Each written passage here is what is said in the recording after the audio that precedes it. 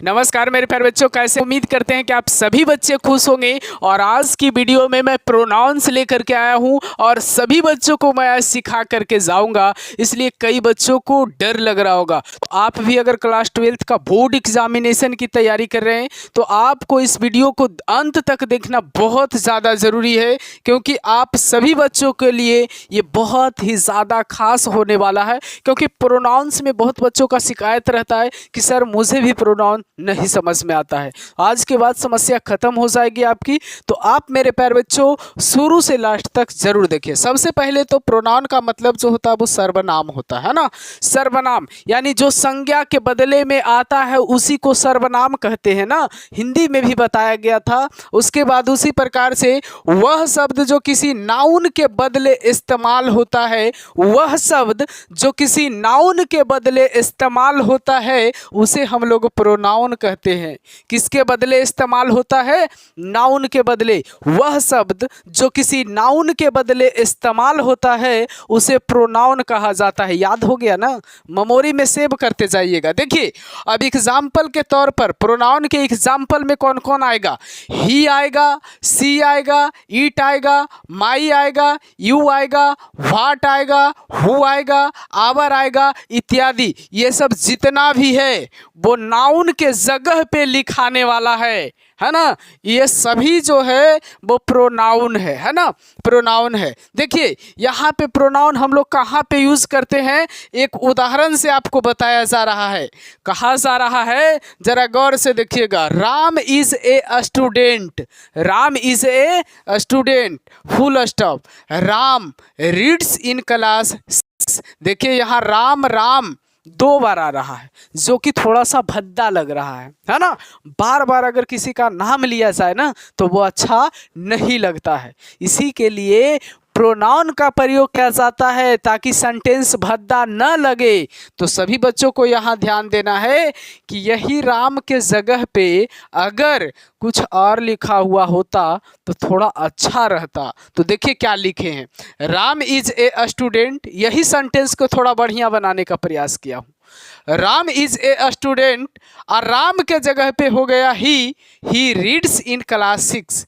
यानी राम एक लड़का है, विद्यार्थी है। वह जो है वो 6 क्लास में पढ़ता है ना। और ऊपर वाला का मतलब है राम एक विद्यार्थी है और राम जो है वो 6 क्लास में पढ़ता है। 2 बार राम बोलने से बेहतर है कि एक ही बार राम बोलिए, है ना।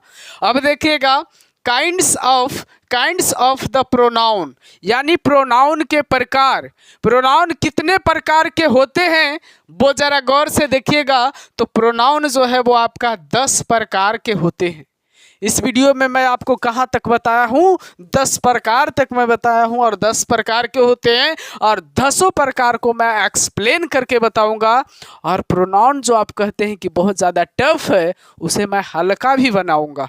आप सिर्फ देखते रहिए। देखिए पहला प्रकार है आपका पर्सनल प्रोनाउन, इसे कहा जाता है पुरुषवाचक सर्वनाम। दूसरा है आपका पोसेसिव प्रोनाउन, इसे कहा जाता है अधिकारवाचक सर्वनाम। तीसरा है आपका रिफ्लेक्सिव प्रोनाउन, इसे कहा जाता है निजवाचक सर्वनाम। और चौथा है आपका इम्फैटिक प्रोनाउन, इसे कहा जाता है बलदायक सर्वनाम, है ना। आपको ध्यान में रखना है। और 5वां है डिमोन्स्ट्रेटिव प्रोनाउन, संकेतवाचक सर्वनाम। और 6ठा है इंडिफिनिट प्रोनाउन, अनिश्चयवाचक सर्वनाम। 6ठा है इंडेफिनिट प्रोनाउन, अनिश्चयवाचक सर्वनाम। और जरा सा 7वां पर चलिए, आपको मैं सिखाता हूँ कि इसको कहा जाता है डिस्ट्रीब्यूटिव प्रोनाउन। ये क्या है? Distributive pronoun. और इसका हिंदी जो होता है व्यष्टिवाचक सर्वनाम होता है। और 8वां को हम लोग रेसिप्रोकल प्रोनाउन कहते हैं, परस्पर बोधक सर्वनाम इसका हिंदी होता है। और 9वां रिलेटिव प्रोनाउन, संबंधवाचक सर्वनाम होता है। और 10वां आपका इंट्रोगेटिव प्रोनाउन, प्रश्नवाचक सर्वनाम इसे कहते हैं।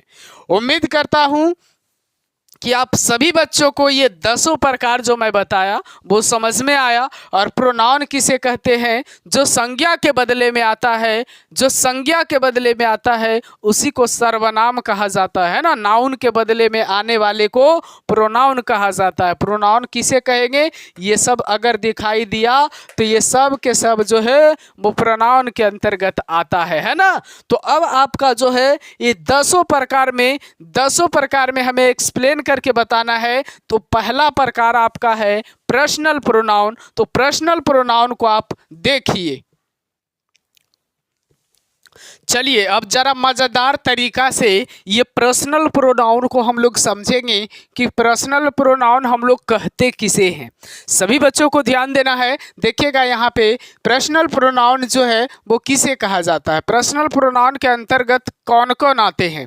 तो पर्सनल प्रोनाउन के अंतर्गत आपका ये 7 आते हैं, जिसमें कि आई है, वी है, यू है, ही है, सी, इट और they. I, we, you, he, she, it और दे को हम लोग क्या कहते हैं? पर्सनल प्रोनाउन कहते हैं। याद हुआ कि नहीं?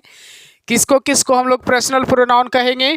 आई, we, you, he, she, it और दे को पर्सनल प्रोनाउन कहते हैं। याद रखना है आपको, है ना, याद रखना है आपको, है ना।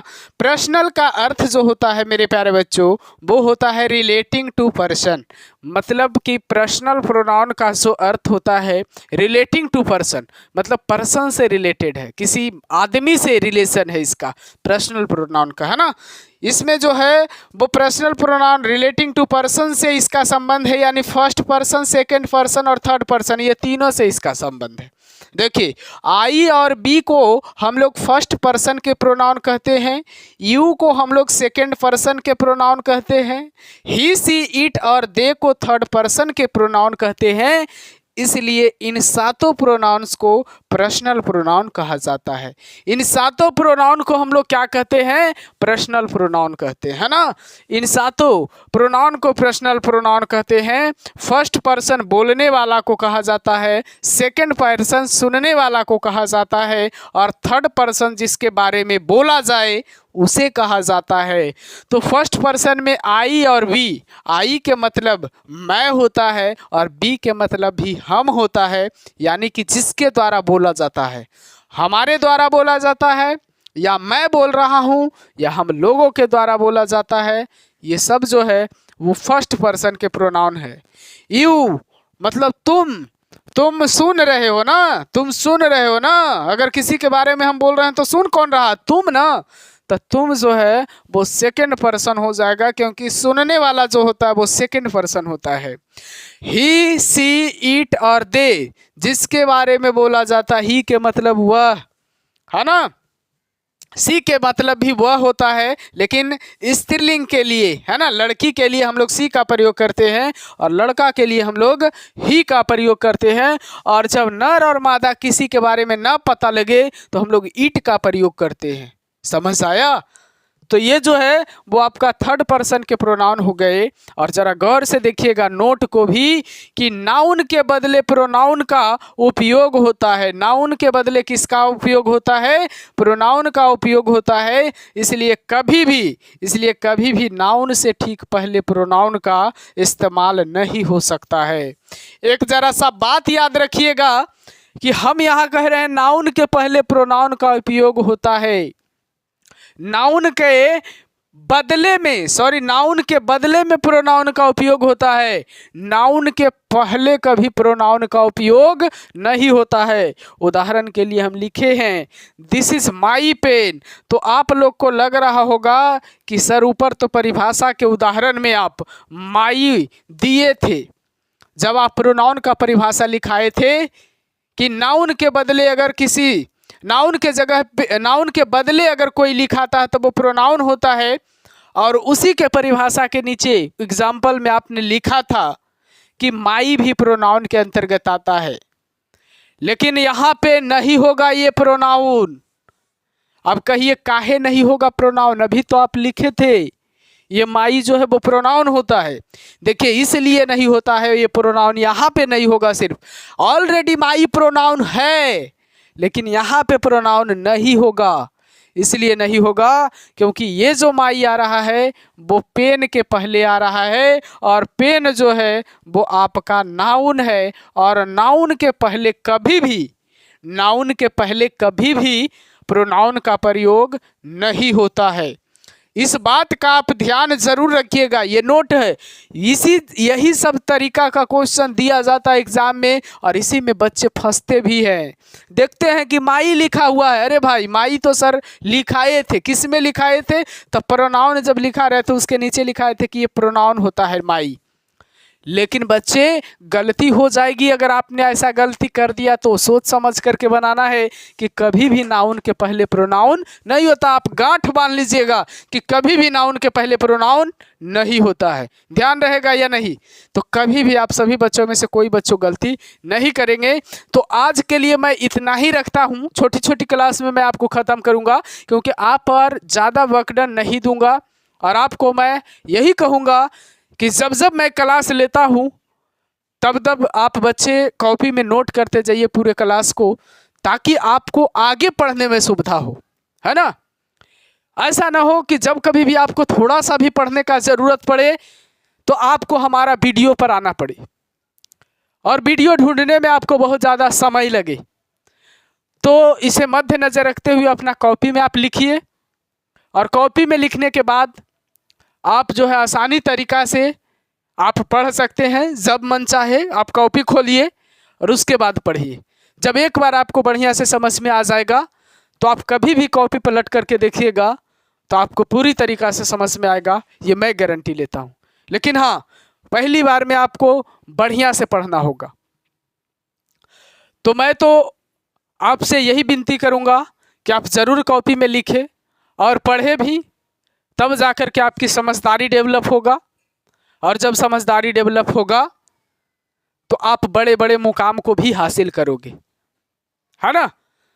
तो चलिए फिर मिलते हैं अगले वीडियो में, और अगले वीडियो में मैं पर्सनल प्रोनाउन के बाद जो भी आता है वो एक चार्ट मैं बताऊंगा।